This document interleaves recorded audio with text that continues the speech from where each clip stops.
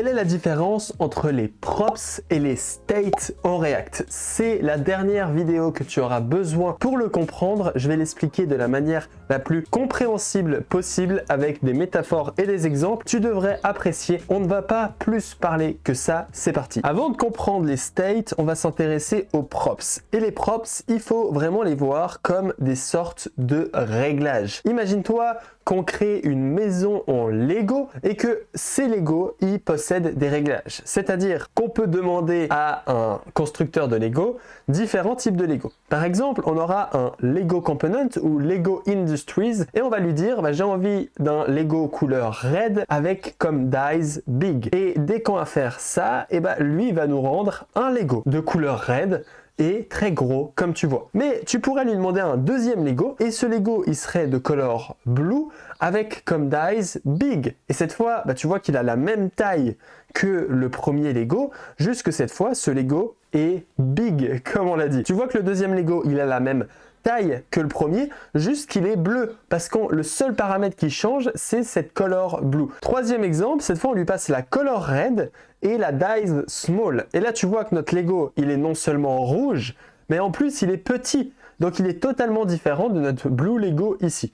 Ce que tu peux retenir de tout ça, c'est que les props, c'est des sortes de paramètres. Ça permet de régler un composant, par exemple une demande. Comme un peu quand tu vas au tacos et que tu dis quel type de viande tu veux, quelle sauce tu veux, et là tu viens définir quelle couleur tu veux, quelle size tu veux. Pour te montrer du beaucoup plus concret, j'ai créé une petite application ici. Tu vois qu'on a notre Lego qui est juste ici. Et dans la fonction app, j'ai mis les différents paramètres avec le paramètre dies et color afin qu'on puisse voir ça dynamiquement. Donc là, tu vois que si je passe en color red, boum, mon Lego il passe en red et je peux changer la taille large afin qu'il soit beaucoup plus long. Donc tu peux vraiment définir ces paramètres afin de modifier comment ton composant va fonctionner. Et là j'ai mis deux paramètres mais tu pourrais en faire beaucoup plus. Tu vois que les props ils viennent se positionner ici avec à cet endroit un type avec les différents types de props. Ici on a une fonction qui vient prendre dies et color et en fonction de ces deux paramètres elle vient agir différemment là-dessus. Et là tu es en train de me demander du coup quelle est la différence avec le state. Ce qu'il faut bien noter ici, c'est qu'à cet endroit j'ai fait en sorte qu'on puisse changer les Lego. Mais dans la vraie vie ça marche pas comme ça généralement. C'est-à-dire que quand toi tu commandes une pièce de Lego à une entreprise afin d'avoir un Lego bleu de taille moyenne, une fois que tu le reçois, il est juste affiché comme ça. Tu peux le voir sur mon site quand je clique ici, et là on a un profil bleu et là on a un profil rouge, et tu vois que ces deux composants c'est exactement les mêmes, sauf qu'il y en a un qui prend le paramètre rouge. Le but c'est pas de les changer, c'est pas modifiable ces states, ça permet juste de configurer comment tu veux que le composant agisse. Donc là, j'ai juste envie que mon composant soit large et bleu. Et en l'occurrence, j'ai ajouté des paramètres afin de te montrer à quoi ça ressemble. Mais ce qui se passe concrètement, c'est que tout ce que je lui fais, c'est que je lui passe des props ici. Dies, color, color.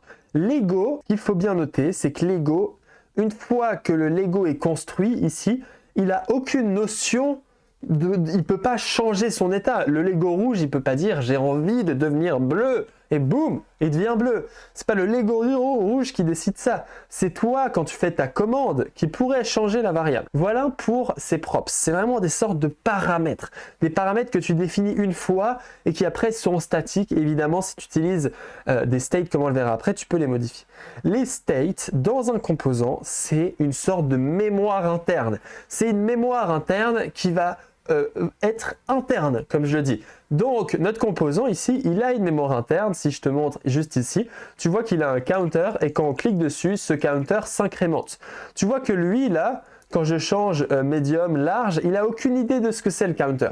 C'est vraiment une mémoire interne à l'intérieur de mon composant qui, lorsque on va cliquer sur le bouton, on vient incrémente le counter, ce qui va update le state, et ici le counter va être modifié, comme c'est une sorte de cerveau de notre composant, et du coup le counter il va passer de 1 à 2, à 3, à 4 quand on clique. C'est vraiment comme une mémoire interne.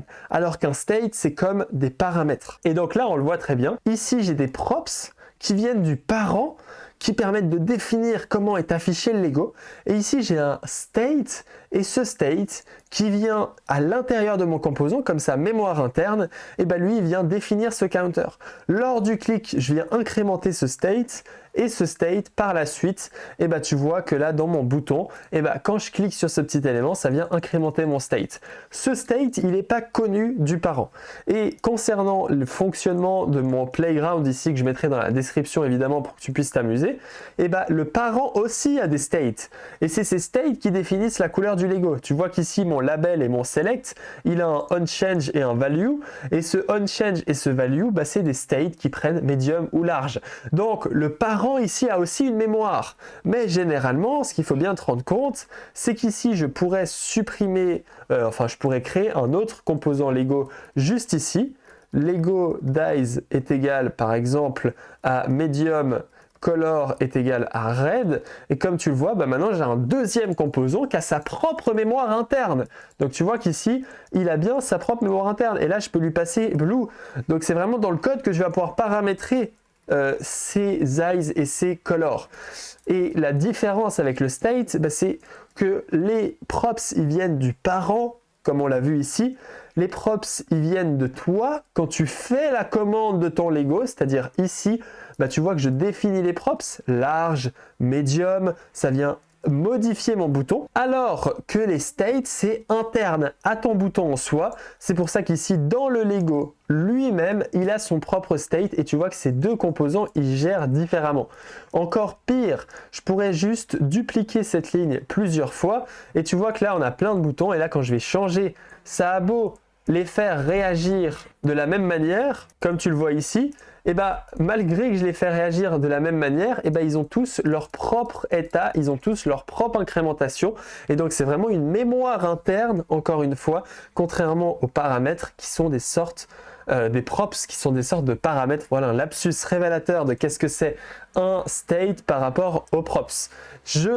J'espère sincèrement que tu as réussi à comprendre dans cette courte vidéo vraiment la différence avec les states. Je vais récapituler une dernière fois, évidemment, pour être sûr. Les props, c'est vraiment des paramètres. Malgré que ces props puissent être des states, ce sera vraiment la notion de le parent définit un state à l'enfant ou définit une props à l'enfant ou ton code. Alors que le state, c'est l'élément lui-même qui va venir réfléchir en soi à dire « Ah, je m'incrémente, je m'incrémente, je m'incrémente ».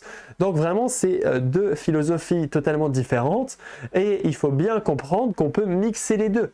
On peut, comme je l'ai fait d'ailleurs dans mon application, et c'est ça qui est contre-intuitif, c'est pour ça que j'ai fait cet exemple, c'est qu'ici, ça a beau être des props, comme tu le vois ici, tu vois qu'ici, dies et color, c'est des paramètres, et ben c'est des props qui sont liés à un state. Mais ce state, c'est pas mon bouton, c'est pas la mémoire interne de mon Lego qui définit ce state. C'est le Lego tester, donc c'est le composant parent qui définit ces states.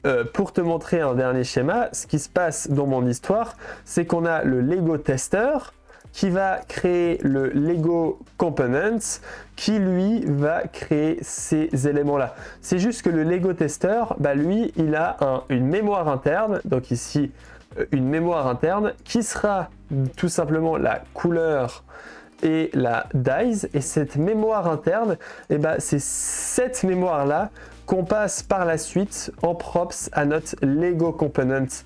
Et c'est pour ça que des fois on s'en mêle les pinceaux avec ces states, c'est que là c'est une mémoire interne du parent.